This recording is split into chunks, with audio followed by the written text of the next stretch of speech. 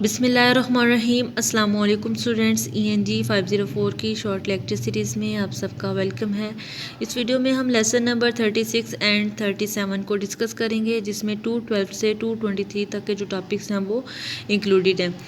तो lecture start करने से पहले आप लोगों की एक क्वेरी जो बार बार पूछी जा रही है सब्जेक्टिव फ़ाइल के हवाले से, तो क्लियर कर दूं कि आपकी सब्जेक्टिव फ़ाइल जो है वो रेडी हो रही है। ठीक है, उसमें कुछ प्रोसेस जारी है, तो आप लोगों को जल्दी इस लेक्चर सीरीज़ के ख़त्म होते ही वो आप लोगों को मिल जाएगी। तो अगर आप लोगों को इस वीडियो से ज़रा सा भी फ़ायदा हो रहा है तो आप लोगों ने इसको लाइक करना है और कमेंट में लाजमी बताना है कि आपको ये वीडियो कैसी लगी। उसके बाद यहाँ पे फर्स्ट हमारे पास जो टर्म यूज़ होती है, यहाँ पे एक इम्पोर्टेंट क्विज भी है आपका। Researchers and practitioners use learning style research with personality and cognitive styles to determine ability, predict performance and improve classroom teaching and learning. अब जो रिसर्चर्स और प्रैक्टिशनर्स हैं, ठीक है, वो लर्निंग स्टाइल्स को यूज़ करते हैं इस पर्सनैलिटी और कोग्निटिव स्टाइल के साथ, ताकि वो डिटरमाइन कर सकें एबिलिटी को, ठीक है, इम्प्रूव कर सके क्लासरूम की टीचिंग को और लर्निंग को, और उसके बाद ये परफॉर्मेंस को इम्प्रूव कर सके। तो इसलिए ये डिटरमाइन करते हैं, ठीक है, एबिलिटीज़ को कौन करता है? Researchers, practitioners. ठीक है, उसके बाद the term learning style, cognitive style, personality type, sensory preference and modality etcetera are often use loosely and interchangeability. अब जो भी ऊपर जो ये उन्होंने टर्म्स यूज़ की हैं, लर्निंग स्टाइल, कोग्निटिव स्टाइल वगैरह, तो ये जो है ना, इनको चेंज किया जा सकता है। ठीक है, cognitive style research initially addressed phenomena as perceptual speed and flexibility. Later researchers focused on processing styles from the point of view of ego psychology. अब जो कोग्निटिव स्टाइल रिसर्च है, ठीक है, ये सबसे पहले एज अ फिनोमेना जो है ना वो एड्रेस की गई थी। फिनोमेना क्या था? परसेप्चुअल स्पीड और फ्लेक्सिबिलिटी का। ठीक है, उसके बाद रिसर्चर्स ने इस पर फोकस किया है, ठीक है, प्रोसेसिंग स्टाइल्स पे। और किस लिहाज से उन्होंने फोकस किया? ईगो साइकोलॉजी के पॉइंट ऑफ व्यू से उन्होंने इस पर फोकस किया। ठीक है, इन रिसेंट ईयर्स, अभी के कुछ सालों में, the influence of personality variables on learning style has increase greatly. अब जो पर्सनैलिटी वेरिएबल्स हैं, ठीक है, उनका जो इन्फ्लुएंस है लर्निंग स्टाइल्स पे, वो बहुत ज़्यादा तेज़ी से और बहुत ज़्यादा बड़ी तादाद में जो है ना वो इंक्रीज़ हुआ। रिसेंटली प्रेफर्ड मॉडल्स, जो अभी के प्रेफर्ड मॉडल्स हैं जिनको तरजीह दी जाती है, वो हैं multiple intelligence model, format model, कॉब्सजंग बेस्ड मॉडल और Sternberg's mental self government model. ठीक है, इन मॉडल्स के नाम आप लोगों ने याद रखने हैं। क्विज में पूछा जा सकता है कि कौन सा मॉडल जो है ना वो रिसेंटली प्रेफर्ड मॉडल है। ठीक है, तो उसके बाद Herman and Lever have reorganise the scales for cognitive styles like random sequential levelling, sharpening and abstract concrete. अब हरमन और लेवर जो है उन्होंने स्केल्स और कोग्निटिव स्टाइल्स के जो स्केल्स हैं उसको रीऑर्गेनाइज़ किया था, दोबारा से ऑर्गेनाइज़ किया था, जैसे random sequential, levelling, sharpening and abstract concrete along with Herman defined field. अच्छा जी, यहाँ पे आपके दो तरह से क्वेश्चन पूछा जा सकता है। एक तो आपसे वो कह सकते हैं कि ये जो नेम्स हैं, ठीक है, ये नेम्स आपको दिए होंगे, तो आपको बोलेंगे ये किसने जो है ना इसको रीऑर्गेनाइज़ किया था। ठीक है, उसके बाद ये भी आ सकता है कि ये नेम जो है ना ये बताए हुए हों, और उसके बाद इसमें जो है ना ये जो ऑप्शंस होते हैं उसमें ये आ जाए। ठीक है, तो आप लोगों ने इसको अच्छे से प्रिपेयर कर लेना। उसके बाद यहाँ पे एक्टेनिक और यहाँ पे दो टर्म्स यूज़ हुई हैं, एक्टेनिक और सिनोप्टिक।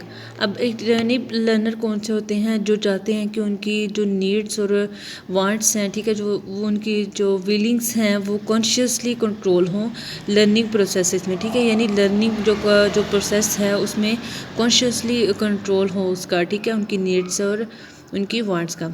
ठीक है, जबकि जो सिनेप्टिक हैं वो उनका अनकॉन्शियसली प्रोसेस हो या प्री कॉन्शियस प्रोसेस हो, तो वो इस बात पे रिलाई करते हैं। ठीक है, यानी वो इस बात को छोड़ देते हैं कि अनकॉन्शियस हो या कॉन्शियस हो, ये जो है ना सिनॉप्टिक लर्नर्स जो है ना वो इसके इतना ख्याल नहीं रखते, यानी एक एक्टेनिक है तो ये उसके ऑपोजिट में सिनॉप्टिक आ गया, ठीक है। Learning styles and strategies are often interrelated. अब जो लर्निंग स्टाइल्स और स्ट्रेटजीज होती हैं ये एक दूसरे से रिलेट कर रही होती हैं, एक दूसरे से लिंक कर रही होती हैं, ठीक है। उसके बाद strategy is useful under these condition. अब यहाँ पे दो तरह से क्विज़ जो है ना वो आपका बन सकता है। एक यहाँ पे भी क्विज़ हो सकता है, styles are made manifest by strategies, ठीक है। उसके बाद strategy is not neither good or nor bad, ठीक है। यानी स्ट्रेटजीज ना ही सिर्फ गुड होती है ना ही बैड होती है। उसके बाद यहाँ पे जो 3 स्ट्रेटजीज़ की कंडीशंस बताई हुई हैं कि किस कंडीशन में स्ट्रेटजीज़ जो है ना वो यूज़फुल होती है, तो आप लोगों ने इसको याद कर लेना है। कौन कौन सी स्ट्रेटजीज़ होती हैं जब लैंग्वेज 2 का जो टास्क है हमारे पास वो रिलेट करता हो इस स्ट्रेटजी से। उसके बाद पर्टिकुलर स्टूडेंट्स लर्निंग स्टाइल जो है ना वो फिट करता हो इस स्ट्रेटजी पे। यानी अगर फर्स्ट ईयर का एक स्टूडेंट है, ठीक है, तो अगर हम उस पर 10th क्लास की जो स्ट्रेटजी अप्लाई करें तो वो फिट नहीं होगी, ठीक है। उसके लर्निंग स्टाइल से, उसकी डिग्री से फिट नहीं होगी, ठीक हो गया। उसके बाद सी वाले पॉइंट में क्या है, students employ the strategy effectively. अब उसमें इफेक्टिवनेस भी होनी चाहिए, यानी स्टूडेंट्स जो है ना वो उस स्ट्रेटजीज़ को जो है ना वो इफ़ेक्टिवली लें, ठीक हो गया जी। उसके बाद यहाँ पे in language learning field definitions of strategies employ conscious movement toward our language goal. अब जो किसी भी लैंग्वेज को अगर हम एक्वायर करते हैं, ठीक है, तो उसमें कॉन्शियस जो मूवमेंट होनी चाहिए, ठीक है। उसके बाद यहाँ पे Oxford identifies 6 major groups of language to learning strategies. अब यहाँ पे देखें आपका एक क्विज़ है कि जो ऑक्सफोर्ड है उसने कितने ग्रुप्स जो है ना वो आइडेंटिफाई किए थे। इसमें 6 मेजर ग्रुप्स जो है ना वो आइडेंटिफाई किए थे। अब यहाँ पे दो तरह से क्वेश्चन आ सकता है, या तो ये 6 जो है उसको हम वो ऑप्शंस में डाल देंगे या ऑक्सफोर्ड को वो ऑप्शंस में रख देंगे, ठीक है। तो आप लोगों ने इसको दोनों तरीके से प्रिपेयर करना है। उसके बाद जो इसने ग्रुप्स जो 6 मेजर ग्रुप्स जो आइडेंटिफाई किए थे उसमें कोग्निटिव स्ट्रेटजीज आ जाती हैं, ठीक है जी। कोग्निटिव स्ट्रेटजीज आती हैं, मेटा कोग्निटिव आ जाता है, मेमोरी रिलेटेड स्ट्रेटजीज आ जाती हैं, उसके बाद कंपनसेटरी स्ट्रेटजीज आ जाती हैं, एंड देन जो है ना इसमें इफेक्टिव स्ट्रेटजीज और सोशल स्ट्रेटजीज जो है ना वो आती हैं। ये आप लोगों ने इसको ऐसे एज इट इज़ जो है ना वो याद कर लेना, ठीक है। स्ट्रेटजीज़ के नाम याद रखें तो उसके बाद नेम से वो आप उसको सेल्फ राइटिंग में लिख सकते हैं। उसके बाद बिग्स मॉडल जो है इसमें देखें, Biggs categorise learning strategy differently, that is by grouping learning approaches by the purpose of learning, ठीक है। उसने 3 जो स्ट्रेटजीज जो है ना वो बताई थी, यहाँ पे देखें आपको नज़र आ रही हैं, सरफेस, अचीविंग एंड डीप, ठीक है। ये बिग्स मॉडल में बिग्स ने कैटेगराइज किया था इसको, ठीक है जी। उसके बाद लेसन नंबर 37 में देखें तो इसमें डीप प्रोसेसिंग का प्रोसेस है, ठीक है। डीप प्रोसेसिंग और सरफेस प्रोसेसिंग क्या होता है। अब आप इसको इस एग्जांपल से ले सकते हैं, जैसे एक पानी का कंटेनर है तो उसमें ऊपर की तह जो होती है, ऊपर हमें जो नज़र आ रहा होता है वो सरफेस होता है, और जो नीचे की तरफ से हमें नज़र आएगा, यानी अगर हम उसको लेट कर देखें तो जो उस तरफ उस साइड से हमें नज़र आएगा वो डीप होगा, ठीक है जी। उसके बाद यहाँ पे deep processing is an active process of making association with material that is already familiar. अब जो फेमिलियर मटेरियल होगा उसमें एसोसिएशंस जो है ना वो एक एक्टिव प्रोसेस होगा, यानी अगर हम किसी चीज़ को पहले से जानते हों तो उसमें हम एक्टिवली इन्वॉल्व होते हैं। मिसाल के तौर पे अगर हमें साइकिल चलाना आती है तो हम अगर मतलब थोड़ा बहुत हमें पता है, ठीक है, तो उसके बाद हम थोड़ा सा सीखते हैं तो उसमें हम एक्टिवली परफॉर्म करते हैं, ठीक है। उसमें अनकॉन्शियसली हम परफॉर्म नहीं करते। इसी तरह से एक और एग्जांपल देती हूँ, अगर एक स्टूडेंट है वो इंग्लिश में या मैथ्स में किसी भी सब्जेक्ट में अगर वो उसको थोड़ी बेसिक्स चीज़ें पता हैं तो उसमें इंटरेस्ट लेगा, उसमें एक्टिवली इन्वॉल्व होगा, बजाय इसके कि जो स्टूडेंट जो है उसको इतना ख़ास पता नहीं है, उसने कोई भी जो है ना उसको नहीं देखा हुआ, यानी उसके पास बेसिक कॉन्सेप्ट्स नहीं है, तो वो उसमें एक्टिवली इन्वॉल्व नहीं होगा क्योंकि उसको बेसिक चीज़ों का पता नहीं है, ठीक है। उसके बाद यहाँ पे सरफेस प्रोसेसिंग क्या होती है। Surface processing is completion of the task with minimum conceptual effort that result is much less information retained in memory, ठीक है जी। अब इसके जो सरफेस प्रोसेसिंग है, इसमें क्या होता है कि इसमें कंप्लीशन ऑफ टास्क होते हैं मिनिमम कॉन्सेप्चुअल एफर्ट से, यानी इसमें कॉन्सेप्ट्स ज़्यादा क्लियर नहीं होते और डीप प्रोसेसिंग में क्लियर कॉन्सेप्ट्स होते हैं। आप इसकी मिसाल ऐसे ले सकते हैं कि अगर हम किसी चीज़ के बारे में रिसर्च करते हैं तो एक होता है कि हम सरसरी सा एक चैप्टर जो हमने याद करना है, ठीक है, उसको हम सरसरी सा देखते हैं, तो ये हमारी सरफेस प्रोसेसिंग हो गई, क्योंकि इसमें हमारे कॉन्सेप्ट्स जो है ना कॉन्सेप्चुअल एफर्ट नहीं होती, ठीक है। और अगर हम इस एक ही चैप्टर उसी चैप्टर को अगर हम थॉरली पढ़ते हैं तो वो हमारी डीप प्रोसेसिंग में आएगा, क्योंकि हम उसमें इलेबोरेट करते हैं चीज़ों को इवेलुएट करते हैं, ठीक है जी। उसके बाद Biggs model explores the probable connection between intrinsic motivation and deep strategies and treats motivation in parallel with strategies. अब जो इंट्रिंसिक मोटिवेशन है और डीप स्ट्रेटजीज हैं ये एक दूसरे से रिलेट करती हैं, ठीक है, ये गालबन एक दूसरे से कनेक्शन में होती हैं। ये जो है ना इसने बताया था बिग्स मॉडल में, ठीक है, बिग्स ने बताया था।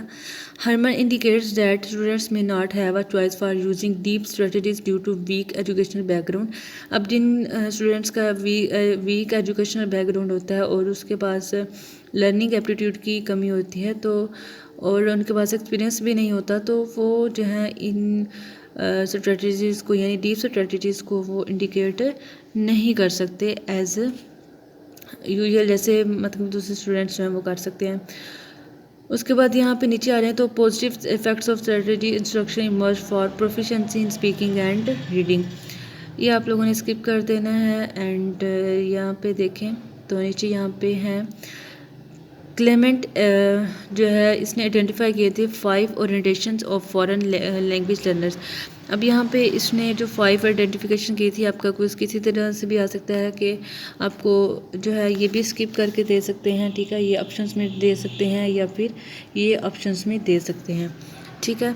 उसके बाद ये इसने कौन कौन सी 5 ओरिएंटेशंस बताई थी, फ्रेंडशिप बताई थी, आइडेंटिफिकेशन बताई थी, जनरल इंटरेस्ट बताया था, नॉलेज एक्सप्लेनेशन बताई थी और उसके बाद डिज़ायर टू अंडरस्टैंड लैंग्वेज टू मीडिया बताया था। उसके बाद एक और इम्पोर्टेंट क्विज़ है आपका Deci and Ryan's 1985 model distinguish between intrinsic and extrinsic motivation. Intrinsic motivation कौन सी होती है, जो हमारी अंदर की मोटिवेशन होती है, जो हम खुद मोटिवेट करते हैं, और एक्सट्रिंसिक कौन सी होती है, बाहर वाली होती है, जैसे हम वीडियोस वगैरह देखते हैं। उसके बाद external rewards can either increase or decrease intrinsic motivation depending on how they affect self efficiency. यानी इंट्रिंसिक जो है वो हमारी सेल्फ एफिशिएंसी पे डिपेंड करती है, हमारे सेल्फ कॉन्सेप्ट पे डिपेंड करती है, ठीक है, जबकि जो एक्सटर्नल रिवार्ड्स होते हैं वो इंक्रीज़ या डिक्रीज़ हो सकते हैं, यानी कभी बढ़ सकते हैं कभी कम हो सकते हैं। द एरिया ऑफ एक्सपेंडेंसी 2 की थेरीज स्टैंड आउट। एक्सपेंडेंसी में जो का एरिया जो है उसमें 2 की थेरीज जो है ना वो स्टैंड आउट होती हैं, जिसमें वाइनर्स की एट्रीब्यूशन थेरी है और बेंटोरस की सेल्फ एफिशिएंसी थेरी है। तो ये था आज का लेक्चर। उम्मीद है आप लोगों को ये लेक्चर समझ आया होगा। अगर आप लोगों को कोई कन्फ्यूज़न हो तो आप लोग कमेंट बॉक्स में कमेंट कर सकते हैं।